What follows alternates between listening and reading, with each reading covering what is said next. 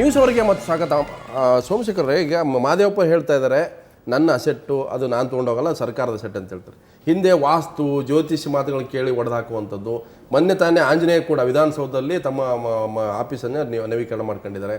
ಹಿಂದೆ ಅನೇಕ ಸಚಿವರು, ಇದೇ BJPಲಿದ್ದ ಒಬ್ಬ ಮಂತ್ರಿ ಕರುಣಾಕರ್ ರೆಡ್ಡಿ ತೆಲುಗುವಿನ ಒಬ್ಬ ಫಿಲ್ಮ್ ಸ್ಟಾರ್ ಮನೆ ಥರ ಕನ್ವರ್ಟ್ ಮಾಡ್ಕೊಂಡಿದ್ದಾರೆ. ಅನೇಕ ಜನ ಕೋಟಿಗಟ್ಟಲೆ ದುಡ್ಡು ಈ ರೀತಿ ಕನ್ವರ್ಟ್, ಅಂದರೆ ಸ್ವಂತ ಮನೆಯಲ್ಲಿದ್ದಾಗ ಒಂದು ಇನ್ನೂ ಇಟ್ಟಿಗೆ ಎಷ್ಟು ಬದಲಾವಣೆ ಮಾಡ್ಕೊಳಕ್ಕಾಗದೇ ಇರೋರು ಸರ್ಕಾರಕ್ಕೆ ಬಂದ ಮೇಲೆ ಯಾಕೆ ಇಷ್ಟು ಕೋಟಿಗಟ್ಟಲೆ ಮಾಡ್ತಾರೆ ಅಂದರೆ ಜನರು ದುಡ್ಡದು ಯಾರು ಲೆಕ್ಕ ಕೇಳೋರಿಲ್ಲ ಜನ ಅಂತೂ ಕೇಳಲ್ಲ. ನಿಮ್ಗೆ ಬಂದು ಈ ರೀತಿ ಇವರು ಸ್ವೇಚ್ಛಾಚಾರ ಖರ್ಚು ಮಾಡಿದ್ರೆ ಜನ ಕೇಳುವ ರೈಟ್ ಇಲ್ವಾ?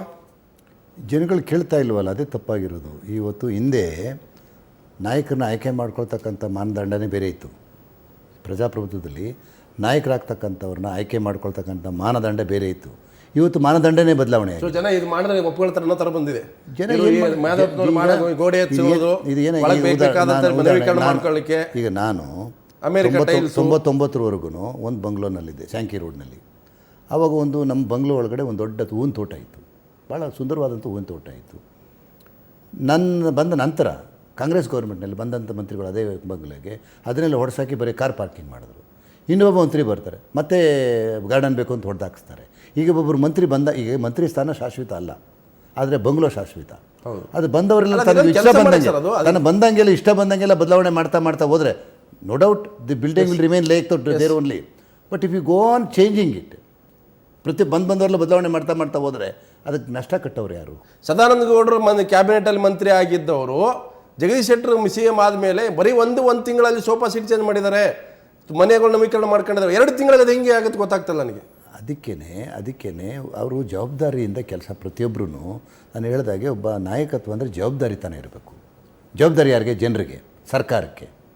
ಜವಾಬ್ದಾರಿ ಇಲ್ಲದೆ ನಾನೇ ಜವಾಬ್ದಾರ ಅಂತ ಹೇಳಿದ್ರೆ ಇದು ಪ್ರಜಾಪ್ರಭುತ್ವದ ರಾಜದರ್ಬಾರದಲ್ಲಿ ಇರುತ್ತೆ. ಇವತ್ತು ಪ್ರಜಾಪ್ರಭುತ್ವ ಶಯನ ಕೋಣೆಗಳನ್ನು ಬೇಕಾದ ರೀತಿ ಘಮಘಮಾದಂಥ ಸುಗಂಧ ದ್ರವ್ಯಗಳನ್ನು ಹಾಕೊಂಡು ಭಾಳ ವೈಭವವಾದಂಥ ಮಾಡ್ಕೊಳ್ಳಿಕ್ಕೆ ದರ್ಬಾರ್ಗಳನ್ನು.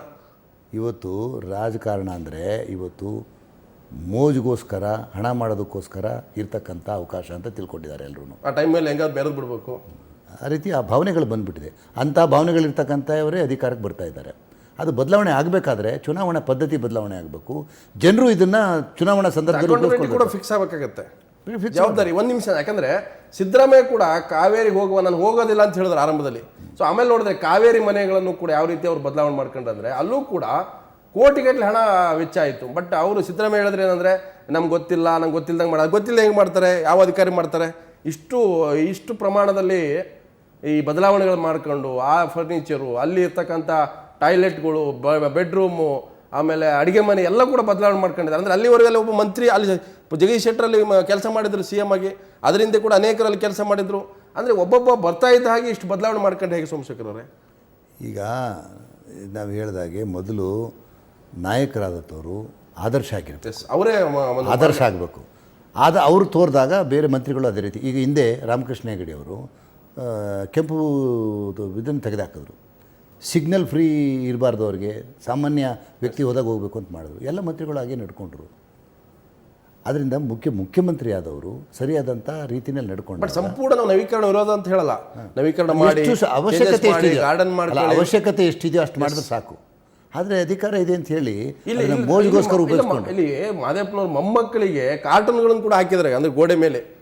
ಅಂದರೆ ಅದು ಆ ಮಕ್ಕಳು ನೋಡಲಿ, ಮೊಮ್ಮಕ್ಕಳು ಆಡಲಿ. ಅಂದರೆ ನೀವು ಮಾಡೋ ತಪ್ಪು ಅಂತ ಹೇಳ್ತಲ್ಲ, ಅದು ನಿಮ್ಮ ಸ್ವಂತ ಮನೇಲಿ ಮಾಡ್ಕೊಳ್ಳಿ.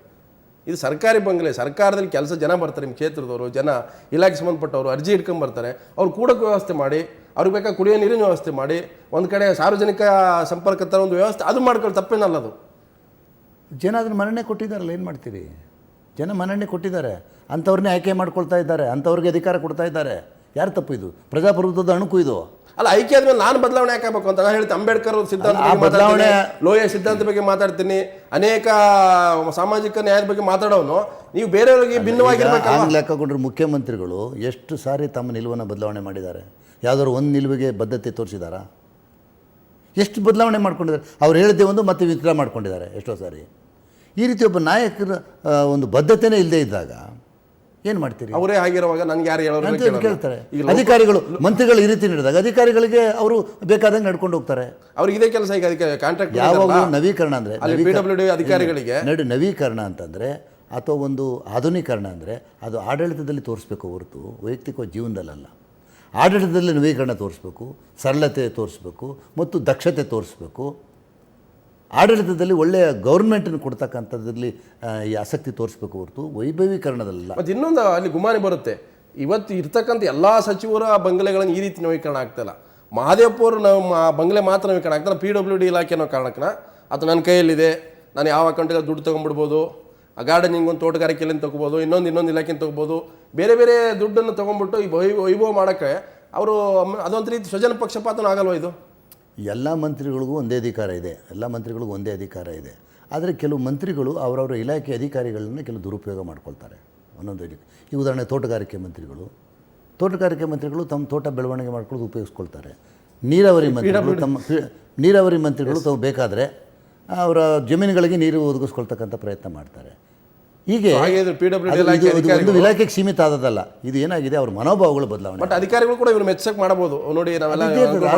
ಆದರೆ ಅಧಿಕಾರಿಗಳನ್ನ ಯಾವತ್ತೂ ಅಧಿಕಾರಿಗಳು ಒಬ್ಬ ಮಂತ್ರಿಯ ವೀಕ್ನೆಸ್ಗಳನ್ನ ಹುಡುಕ್ತಾ ಇರ್ತಾರೆ. ಯಾವಾಗಲೂ ಅಧಿಕಾರಿಗಳು ಒಬ್ಬ ಮಂತ್ರಿ ಏನು ವೀಕ್ನೆಸ್ ಇದ್ದಾನೆ ಅಂತ ಹುಡುಕ್ತಾ ಇರ್ತಾರೆ.